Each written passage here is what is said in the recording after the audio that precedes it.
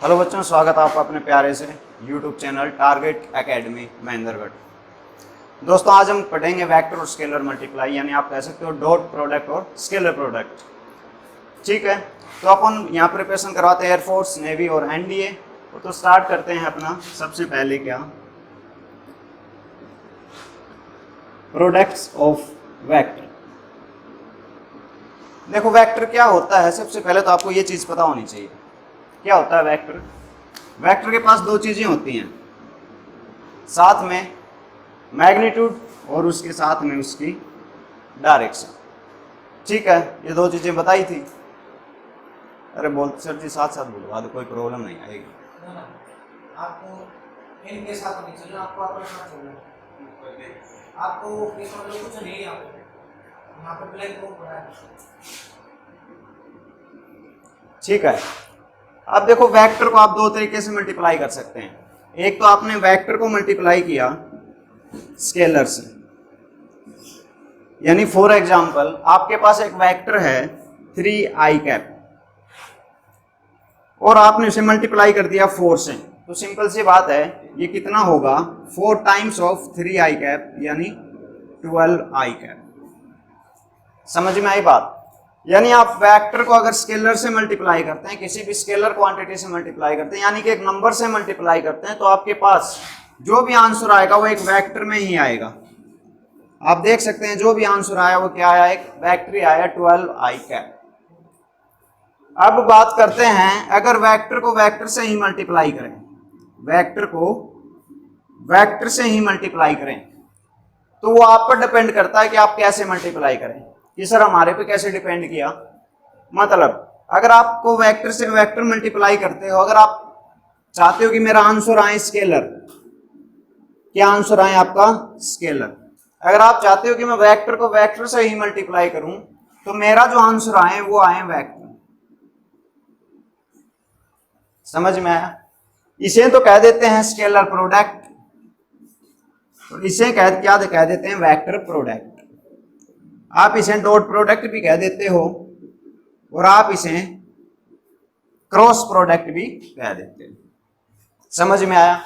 यानी मैं वेक्टर को वेक्टर से ही मल्टीप्लाई करूं और मैं चाहता हूं मेरा आंसर आए स्केलर, तो मैं उसे क्या कहूंगा, स्केलर प्रोडक्ट। अगर मैं चाहता हूं कि अगर मैं वेक्टर को वेक्टर से ही मल्टीप्लाई करूं तो मेरा आंसर आए वेक्टर, तो उसे अपन क्या कह देते हैं, वेक्टर प्रोडक्ट। डिपेंड अपने पे करता है कि उसको मल्टीप्लाई कैसे करना है। सबसे पहले बात करते हैं अपन स्केलर प्रोडक्ट की। स्केलर प्रोडक्ट क्या होता है वो बात करते हैं। स्केलर प्रोडक्ट होता है वेक्टर्स को ऐसे मल्टीप्लाई करना कि उनका आंसर स्केलर आए। जैसे कि हेडिंग डालो आप स्केलर प्रोडक्ट या फिर डॉट प्रोडक्ट।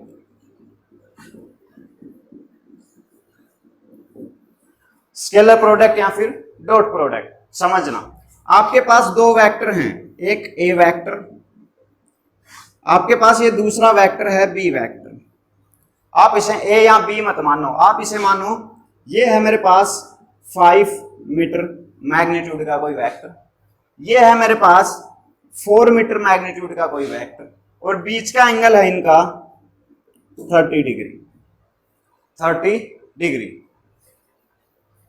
अगर मैं कहूं आपके पास कोई एक वेक्टर है, बात को समझना, 3i कैप, और आपके पास कोई दूसरा वेक्टर है इधर -4j कैप, आप क्या इसको ऐसे ऐड कर सकते हो, 3 - 4 = -1? बिल्कुल ऐड नहीं कर सकते, बिकॉज ऑफ ये वेक्टर एक अलग है और ये चीज एक अलग है।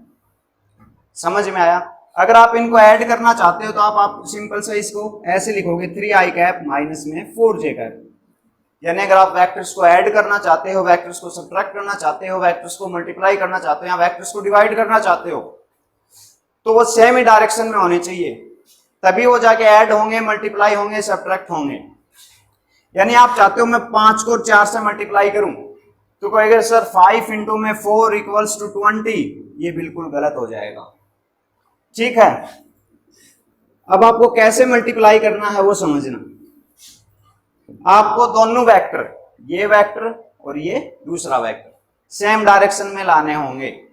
आप कहोगे सर सेम डायरेक्शन में कैसे लाएं इनको, तो सेम डायरेक्शन में ऐसे लाइए ये है 4 मीटर और ये 5 है, इधर क्या हो जाएगा 5 cos थीटा, यानी ये जो 5 है इधर क्या होगा 5 cos थीटा, यानी जो 5 का जो एक टुकड़ा यानी कंपोनेंट जिसे बोलते हैं वो इस डायरेक्शन में क्या हो जाएगा 5 cos थीटा। अब आप दोनों को मल्टीप्लाई कर सकते हो बिकॉज 4 भी इधर है और 5 को भी आपने इधर लिख लिया 5 cos थीटा करके, और दोनों को मल्टीप्लाई करोगे तो आपका आंसर क्या आएगा 4 इंटू में 5 इंटू में cos थीटा। समझ में आया? पक्का? चलो, यानी अगर आप कोई दो वेक्टर का प्रोडक्ट करना चाहते हैं और कैसा प्रोडक्ट, स्केलर प्रोडक्ट, तो उसका जो आंसर आएगा वो क्या आएगा mod of A mod of B cos theta. Theta क्या है?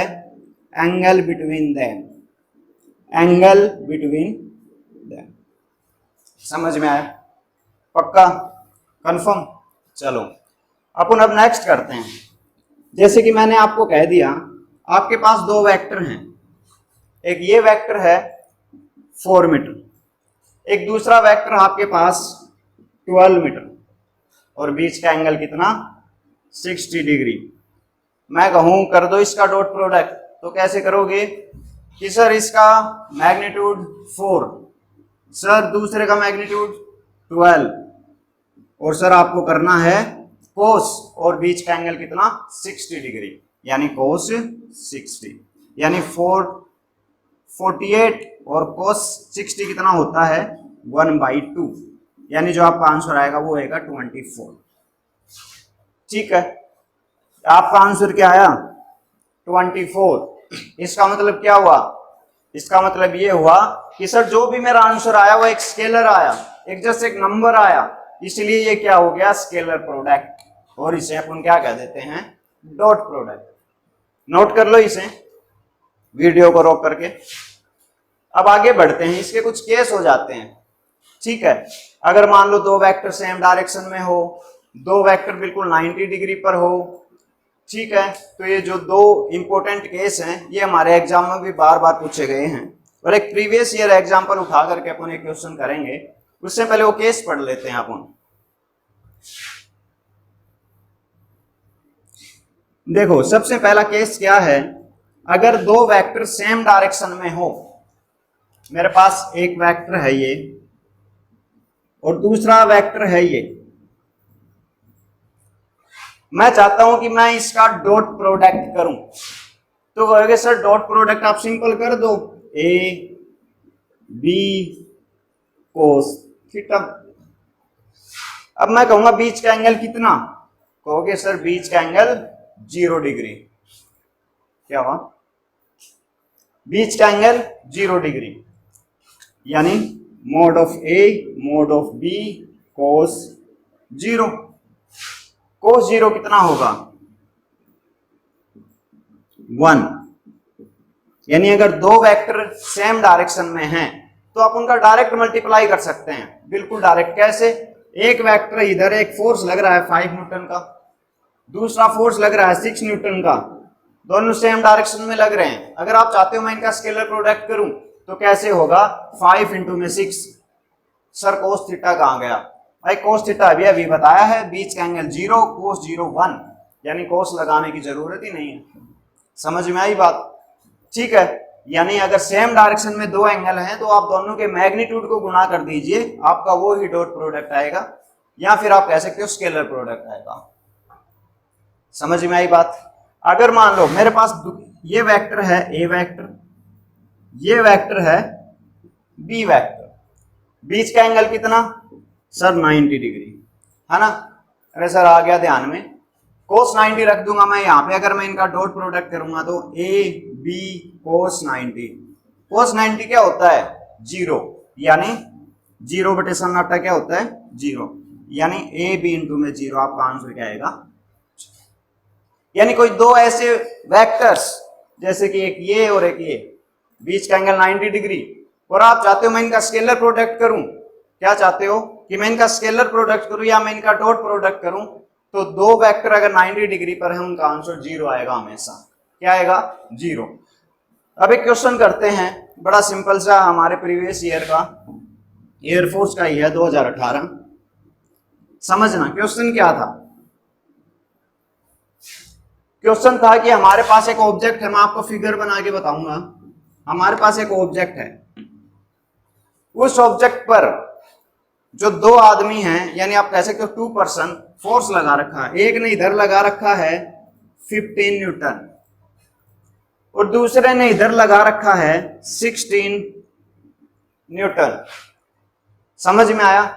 अब मैं कह देता हूं इन दोनों फोर्स F1 डॉट F2 क्या होगा। F1 डॉट F2 क्या होगा? तो आप कहोगे सर जी मेरे को तो देखने की जरूरत है ही नहीं। क्यों देखने की जरूरत नहीं है? बिकॉज ऑफ बीच का एंगल क्या है 90 डिग्री, और बीच का एंगल 90 डिग्री हुआ तो आंसर सिंपल सी बात है 0 आएगा। बाकी टेंशन लेने की जरूरत है ही नहीं। ठीक है, अगर यही मैं चीज ऐसे लिख देता, एक इंसान है इधर 50 न्यूटन का फोर्स लगा रहा है, दूसरा इंसान है वो इधर 60 न्यूटन का फोर्स लगा रहा है, सर अब भी टेंशन लेने की जरूरत नहीं है बिकॉज सेम डायरेक्शन में है, तो मैं सिंपल से मल्टीप्लाई कर सकता हूं उनको। मुझे कोस थीटा की टेंशन लेने की जरूरत नहीं है। समझ में आई बात? पक्का? कंफर्म? यानी ये हमारा था स्केलर प्रोडक्ट। क्या था? Scalar product. यानी वेक्टर्स को ऐसे मल्टीप्लाई करना कि हमें केवल उसके मैग्नीट्यूड से ही मतलब हो। ऐसे प्रोडक्ट को अपन क्या कह देते हैं? Scalar product. आई होप समझ में आया होगा।